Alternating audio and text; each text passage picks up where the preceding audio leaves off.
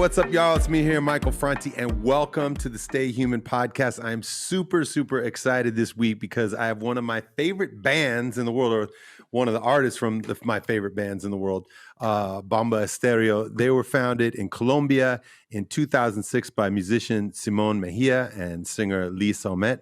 And together they created a unique project that would become one of the most attractive music groups in the world.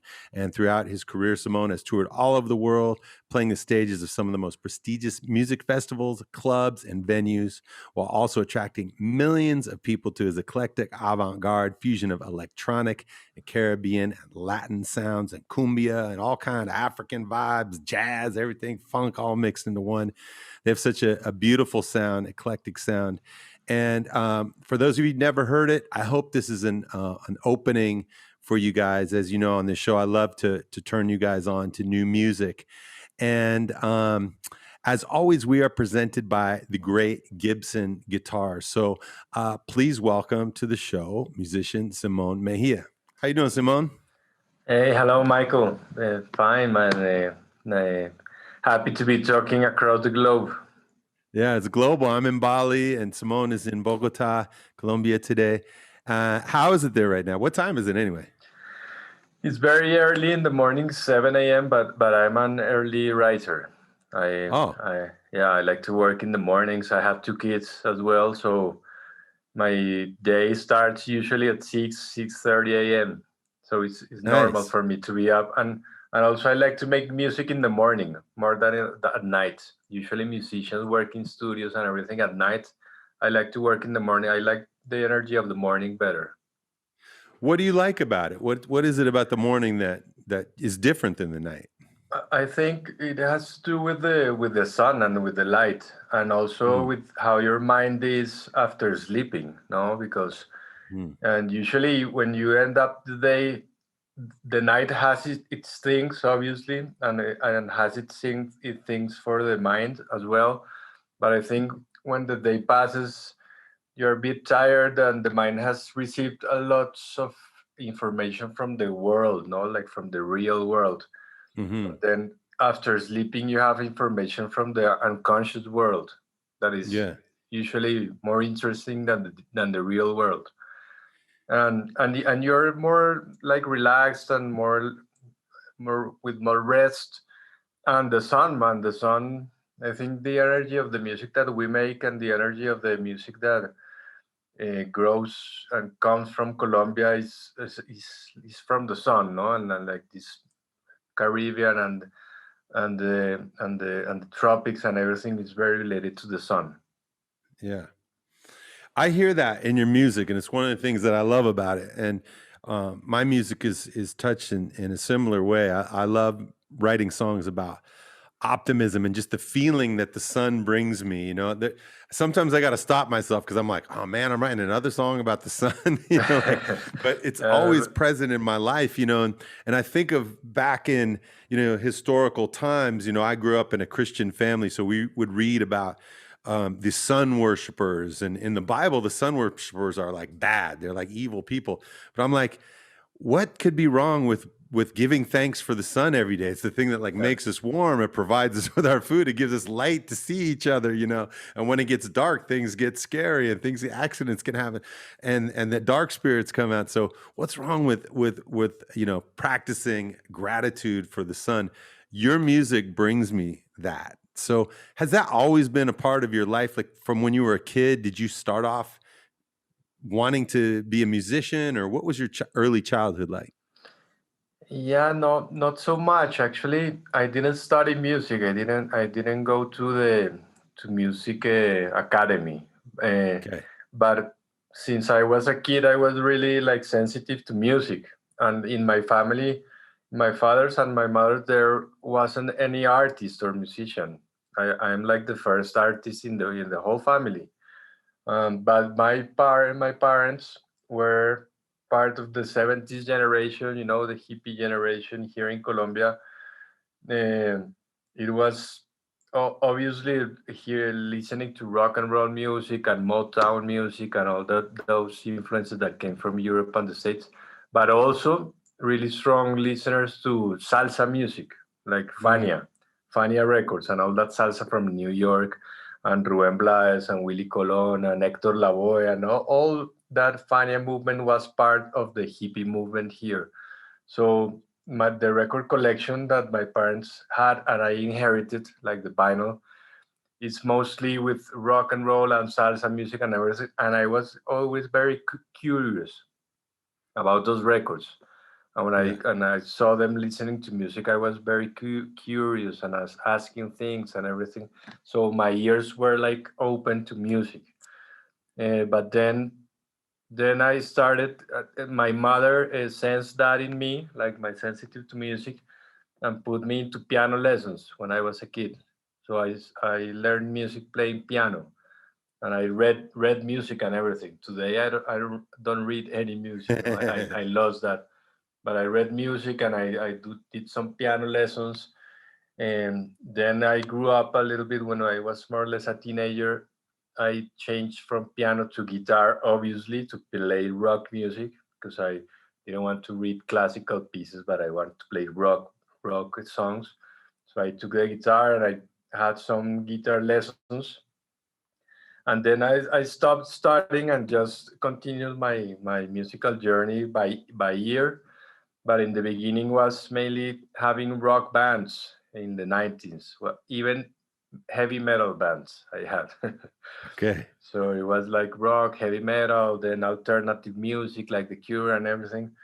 Mm-hmm. And then when electronic music started strong in Colombia, like in the late 90s, more or less in the middle and 90s, because in Colombia everything comes after, no? All the fashion, all the world fashions come after here. Electronic music came very strong, and I got really involved with electronic music and producing music with computer and machines and everything. And I left aside the instruments and started making music with machines. Wow. And that was more or less the beginning of Bomba Estéreo. But then I incorporated again the knowledge I had with the keyboards and the guitar, and incorporated that into electronic music and with folk music. And because at the beginning, with this electronic music, I was trying to, I don't know, like copy the international style, trying to make like techno and house music and these European and American styles. But at one point I was asking myself, what's the purpose of trying to copy electronic music that sounds even better in London or in Berlin or in New York or Detroit or whatever? Why don't I try to make like a Colombian electronic music? Like electronic music that sounds Latin, that sounds local. Yeah. So I started like, okay, electronic music is dance music.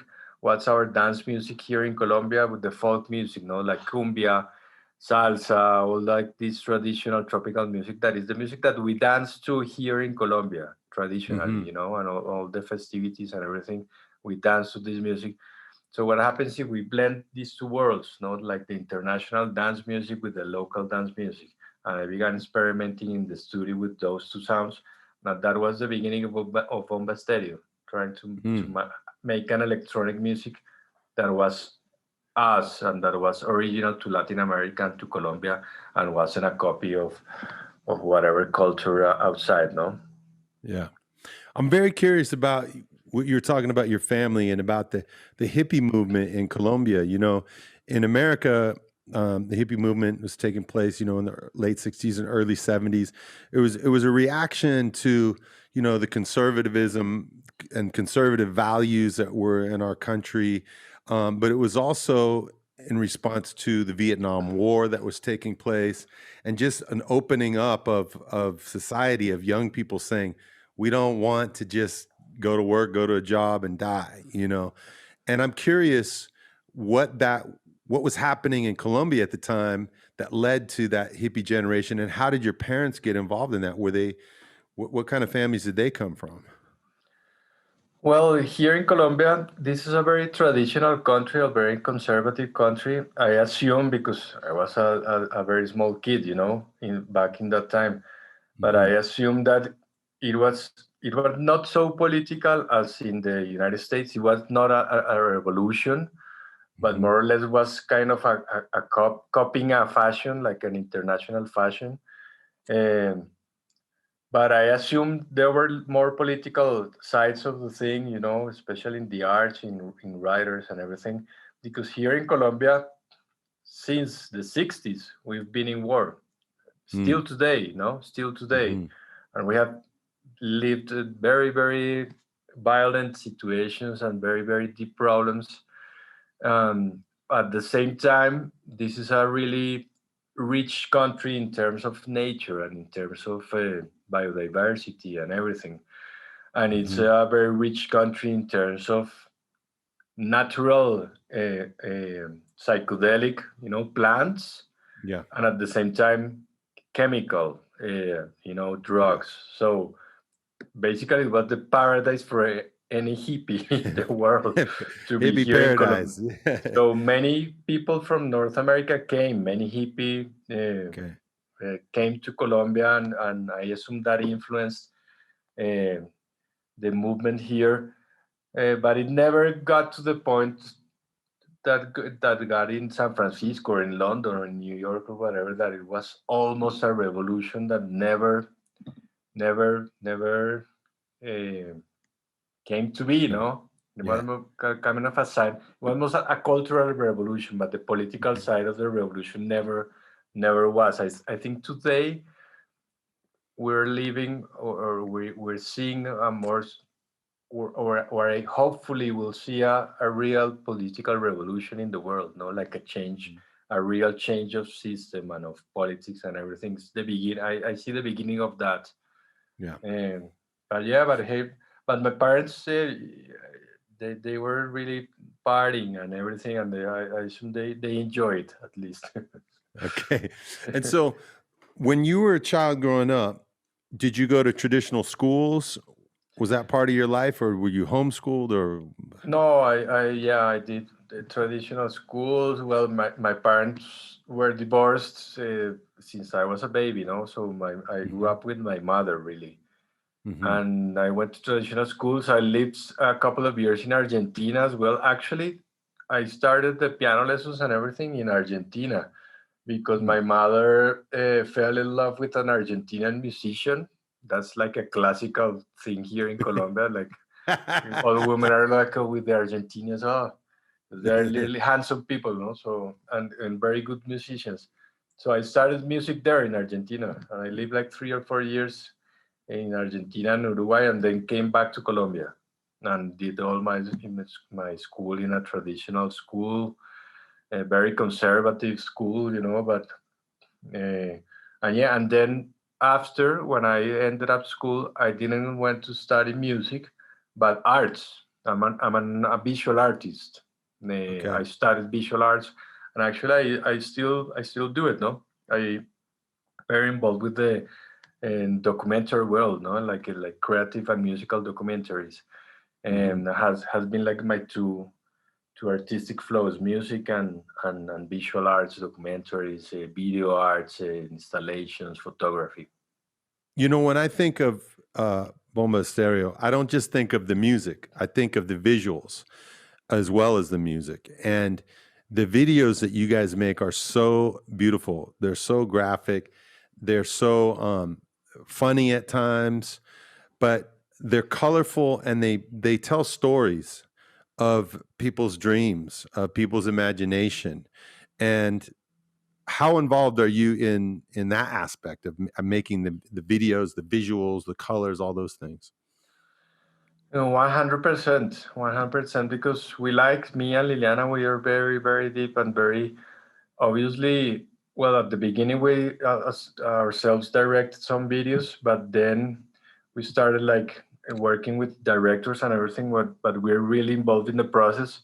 Obviously, we let the director like go with his vision, but we're really, really into it, and we like to do it. And I think that the video clip language is really special because it's like in the audiovisual languages, or whatever, is like the one that has more freedom, no, that has more freedom, at the same time that more people see, no? So it's a good platform to share ideas beyond just people singing to the camera, no? You can share interesting ideas through video clips, and it's in terms of experimentation, it's like a white canvas, no? So it's we love the process, and our videos, yeah, we try them to be special, not only about singers singing to a camera and looking nice and everything, but telling a story and telling strong stories. Yeah. When you were a kid growing up and you were describing, your parents divorced, what was that time in your life like as a child? You're growing up in a country that has difficult conditions unto itself, and now your family splits up. And what was that like for you? You were in many different difficult situations there. Yeah, but because I don't have like a conscious memory of that because I was a baby, So when I grew up, it was normal to me that my father lived in other place, and I lived with my mother, and my mother had other couples and everything. So it was kind of normal. It was only when I grew up a little that I was conscious of that, that it was a little bit sad, but I was grown up enough so I could handle it. No, so it was never really an issue for me. Uh, Especially the good thing about when you have divorced parents is that holidays you can go to other places, no, because you have to go and visit your father. So you travel, and I travel alone, and they sent me in the planes with the stewardess just by myself. So that was a whole adventure. And I liked that. And in terms of the country, I also became conscious when I was even more a grown up, about the situation that uh, that that we still live in Colombia, and today I think is the worst of all, of all history of Colombia. Today we're living the worst. So that thing with the situation of the country, I'm feeling it right now, like really, really strong, because I'm grown up. I understand the context and everything, and wow, man, we're passing a difficult one. Yeah. Mm-hmm. When I think of your music, I don't think of it necessarily being directly political, but I see it as being humanistic, and I see it as being music that connects humanity with nature, and I see those images in the videos too.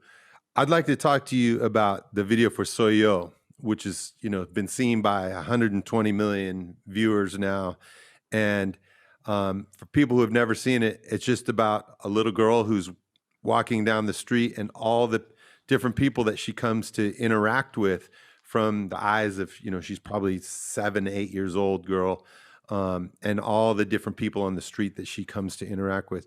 Tell me about that video. That video, yeah, it's really, I think it's the strongest video that we have, and the simplest one, because it's really simple video, and I think it's the most low budget video we've made, and it's the biggest video we have. It's like it's amazing. The story was really beautiful because we were pitching in this platform in internet that you pitch is like a platform for directors, for video clip directors. Yeah. So you go in and you pitch, you put your song, and you say, hey, we're Bomba Estéreo from Colombia. We have this song of this album, and we're looking for treatments for the video.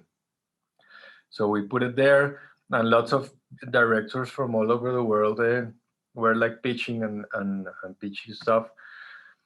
And one director from Denmark came with the idea, for the video, that it was really strange because we're from Colombia. Denmark is a totally different, climate, weather, and everything's different in Denmark. And we're cool, man. We love to see how a Danish thinks of our music.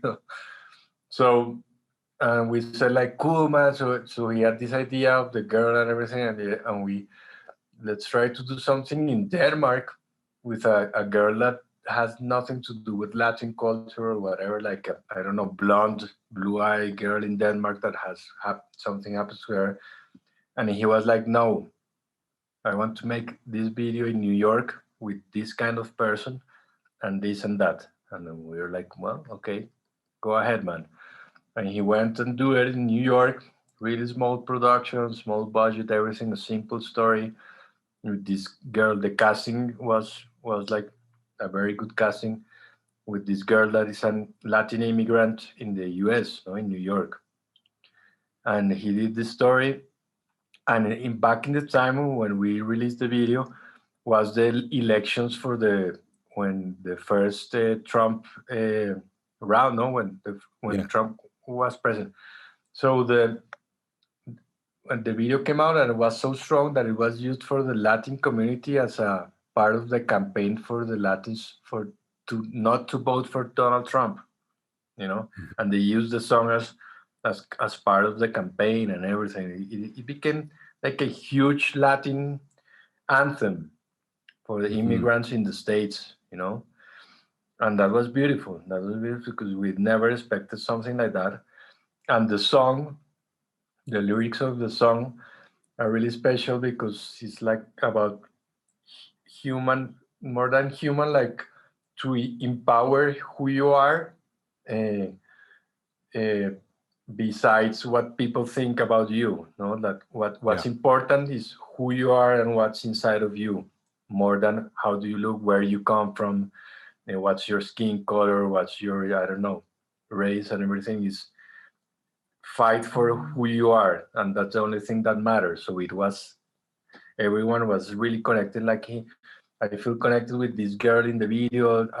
When I was a kid, I was the same girl in school that everyone was bullying because I was, I don't know, Latin and a little bit fat and everything. So it was really beautiful, a really beautiful process with the video, and like the image that the director got from the lyrics to put in this girl's character.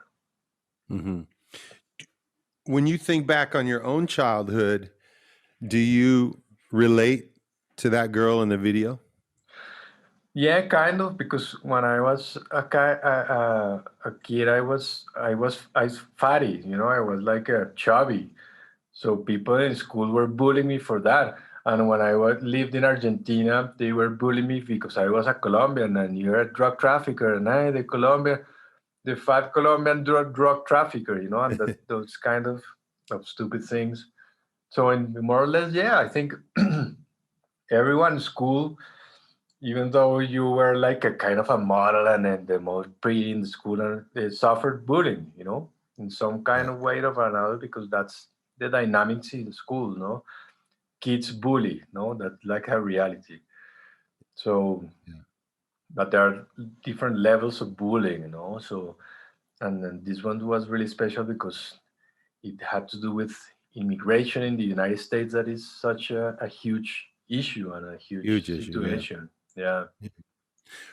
When you started to feel like, man, maybe this is something I could do, music, at what point did you start to really step into it and say, man, maybe I could, do this for a living, or, But you know that I never thought it as a living.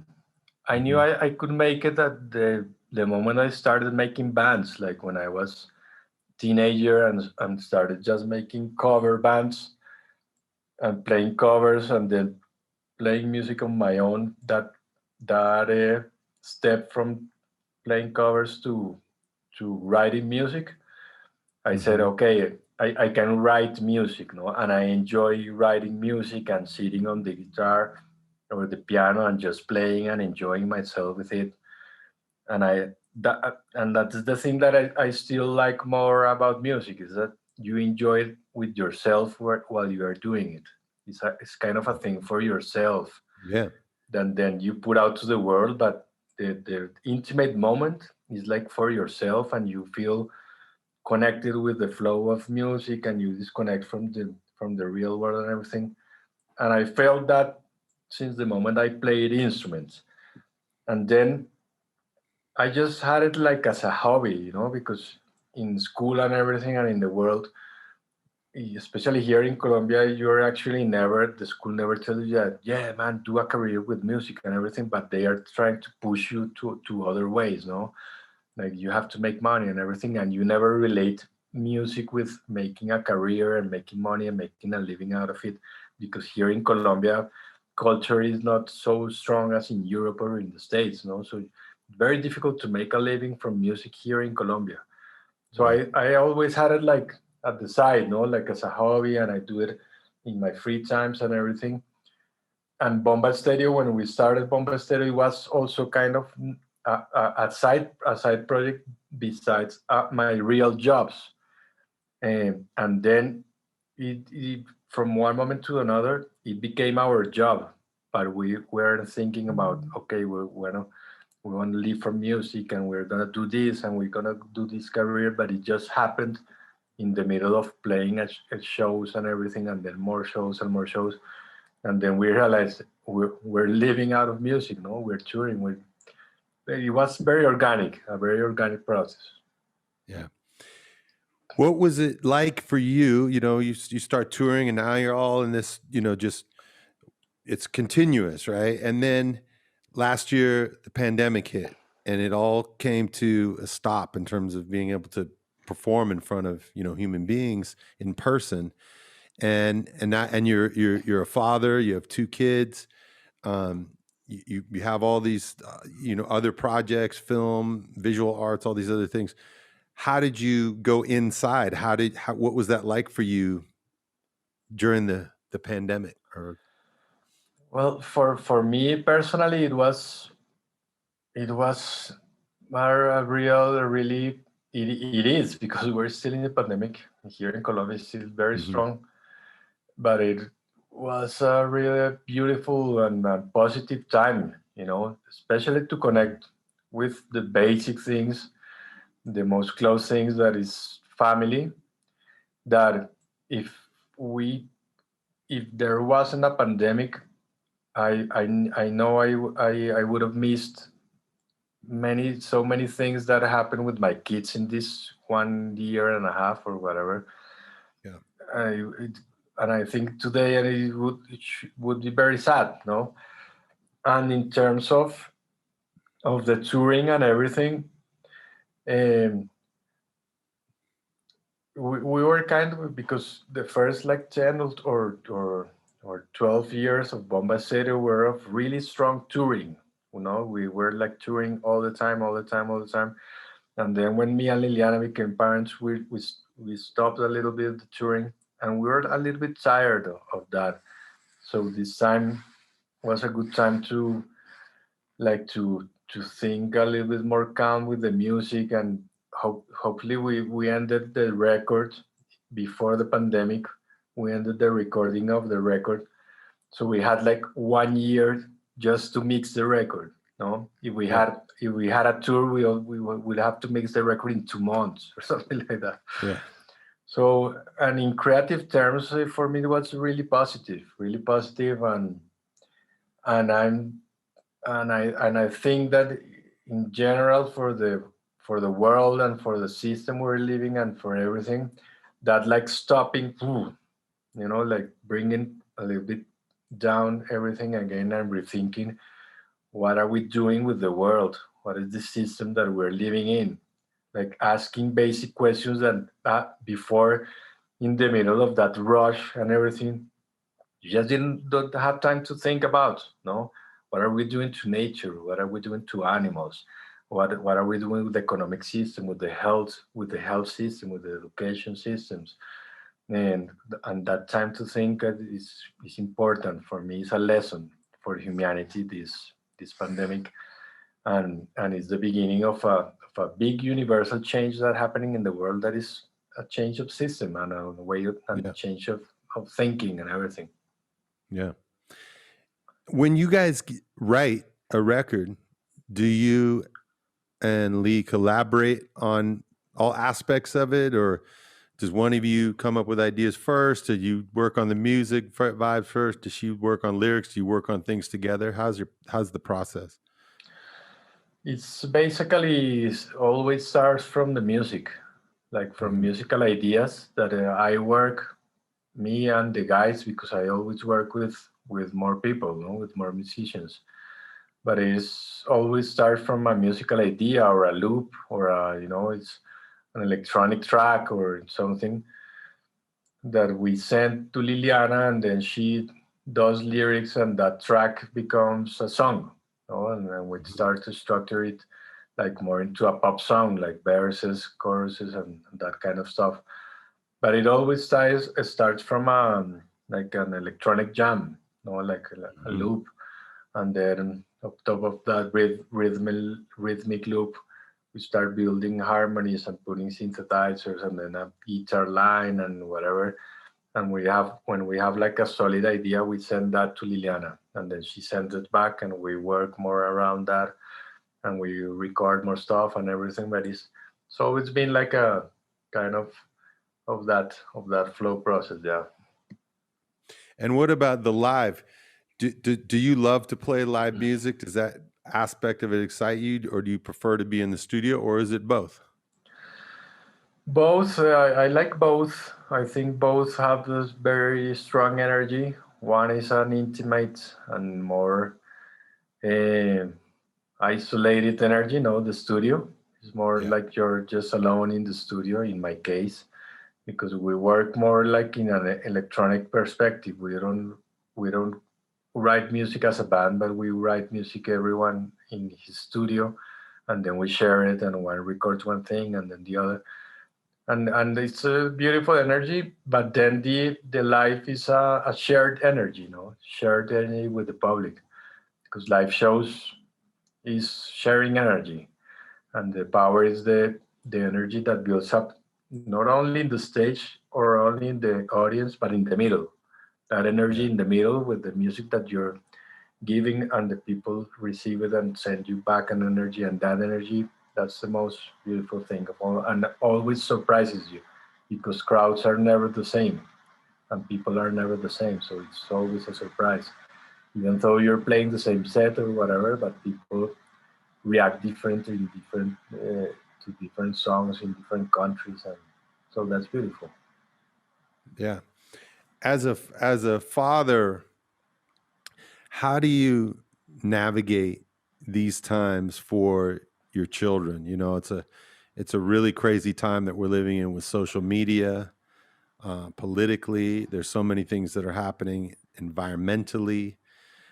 How do you guide your children, and how do you give them the encouragement, the love, but also just seeing how social media has just changed everything? How do you instruct them in that? I'm still learning about that. Parenting is everyday process of learning things. But I try to, especially to give them an environmental awareness first of all, and empathy. I try to work around those two things all the time, like empathy towards people and empathy towards nature. And then social media, man, my kids are still small, so they haven't got, fortunately, into social media yet, but they will. I know they will. And it's kind of an uncontrollable monster. You cannot avoid it because it's everywhere. You just got a phone and you're in the whole internet. But I don't know, man. I think the way I have to see it, but I think the way is to give them tools to be prepared to situations, no, to give them the tools. Okay, this will happen, and you have to be prepared. You have to parent kids very different of how you were parent, because now everything happens more fast, and then you have access to everything in just a click of a phone. So I think kids are growing like much more faster than before, and they access to negative and positive information much more faster. So you kind of have to talk them like an adult and prepare them to really strong and nasty things that can happen in social media. that you were prepared when you have, like, I don't know, 15, 16. Now you have to do it when they are 10 or 11. But besides that, as values, I think empathy is like the biggest one. Like, you have to feel for nature and you feel for others, no? And you're not alone in this world. We live in a community and we have to respect nature and the others and try to be part of a community and work as a community. I got one last question for you, Simón, which is, how is it that you define what it means to be human? And how do you stay human? How do you hold on to your humanity in this crazy time that we live in? Yes, crazy times. That's a good question. Interesting. You could write a book, an entire book about. Yeah. I think it has to do also with empathy that I was speaking about. No, being human is like being sensitive. I think the most beautiful things about humans is sensitivity and love. And you feel love when you feel empathy for the others, no? That you're not just thinking about yourself and your ego, but you're open to feelings and to art and to nature and to emotions and to senses. And when you develop that and you kind of liberate yourself from the ego, that is very human as well. The ego is very human.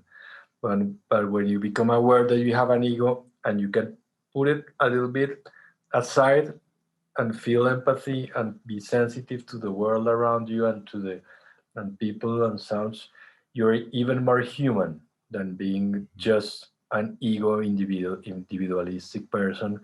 That is kind of what the system is always trying to sell you, that you yourself, you have to be. No, we. It's like more like we. And when you're aware that we are in a world and we live with nature and nature is part of us and we are part of nature, that's like a high human conscience and love. I think humans, being human is feeling love for yourself, for the others, and for nature. I hear you, man. And it's a message that we need more than ever right now. So thank you so much for carrying that message through your music and being an inspiration to so many people around the world. And man, I look forward to being able to see you guys out on the road somewhere, because I've never seen you live, and it's always been one of my missions, to see you guys perform. So I look forward to that when things start to open up. And until that time, how can folks keep up with you? Are you guys obviously, Instagram and all those kinds of things, but are there projects that you have that you want people to know about right now? Yeah, everything on social media. Everything on social media. We're doing well. We have the album, but we're doing a couple of documentaries as well, and really beautiful projects that all posted in the Instagram and Facebook and YouTube or whatever. And yeah, man, if you want to bring us to Bali, we're down, man. You just call it and we go. You come, man. I'm gonna make that happen, man. I'd love that. Come out here. I'm in my studio here, so we'll just make some music and bring it to the people. For sure, man. Thank you. Awesome interview, beautiful. All right. So if you haven't heard Bomba Estéreo, please go and do yourself a favor and check out their music. It is super inspiring. It's great music to listen to. It's great music to dance to. And even if you don't speak Spanish, the translation of the lyrics is so beautiful. So find the videos that are out there. I was just watching through several of the translation videos that are out on YouTube. Lyrics are beautiful and the music is really powerful as well. So do yourself a favor and check it out. As always, we want to say thank you to Gibson Guitars for sponsoring the Stay Human podcast. Peace.